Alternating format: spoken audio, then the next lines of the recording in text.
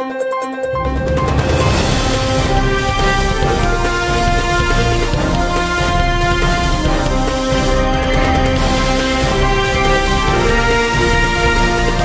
नगरी 24 तास न्यूज, रोखोक बातम्या आणि बरच काही। सोमवार दिनांक 18 रोजी सोलापूर जिल्ह्यातील करमाळा तालुक्यात पावसाने हजेरी लावली। सोमवारी दिवसभर काही ठिकाणी मुसळधार तर काही ठिकाणी पावसाची रिपरिप चालूच होती। करमाळा शहर परिसरात पावसामुळे जनजीवन विस्कळीत झाले होते, तसेच बाजारपेठ ठप्प असल्याचे चित्र दिसून आले। सोलापूर जिल्ह्यासाठी वरदायिनी असलेले उजनी धरण पूर्ण भरले। धरणाचे 16 दरवाजे 20 सेंटीमीटरने उघडले जाणार आहेत, ज्यामुळे भीमा नदीत 16,000 क्युसेकचा विसर्ग सुरू होईल असं वृत्त आहे।